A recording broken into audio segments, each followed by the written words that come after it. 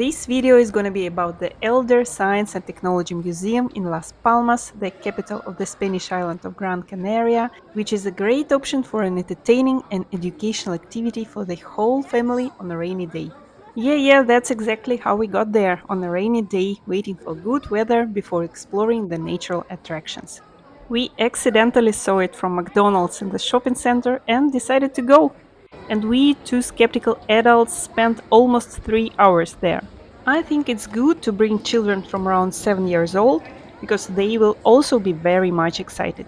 The museum exposition is located on 4 floors with exhibitions dedicated to technology, physics, mathematics, geology, biology, medicine, and astronomy.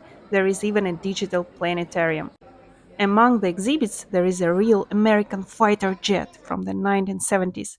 You can climb into it, sit in, fasten your seatbelts, touch and press all possible levers and buttons, and feel like a real pilot. And also, there are many different simulators here, like VR and roller coasters. The coolest thing about the museum is that it encourages direct interactions with all the exhibits, and banners around the galleries humorously state that you must touch everything.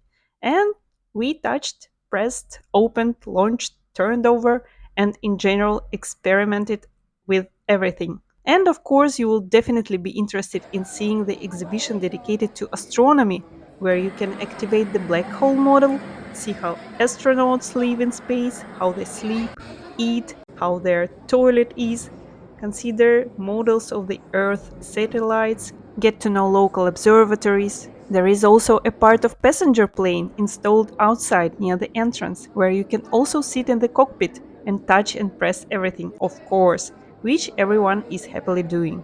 The museum also has purely entertaining corners where you can give your brain a break, relax, take a picture, and continue to get acquainted with science. The ticket, by the way, was quite inexpensive compared to other European museums, like 4 or 5 euros.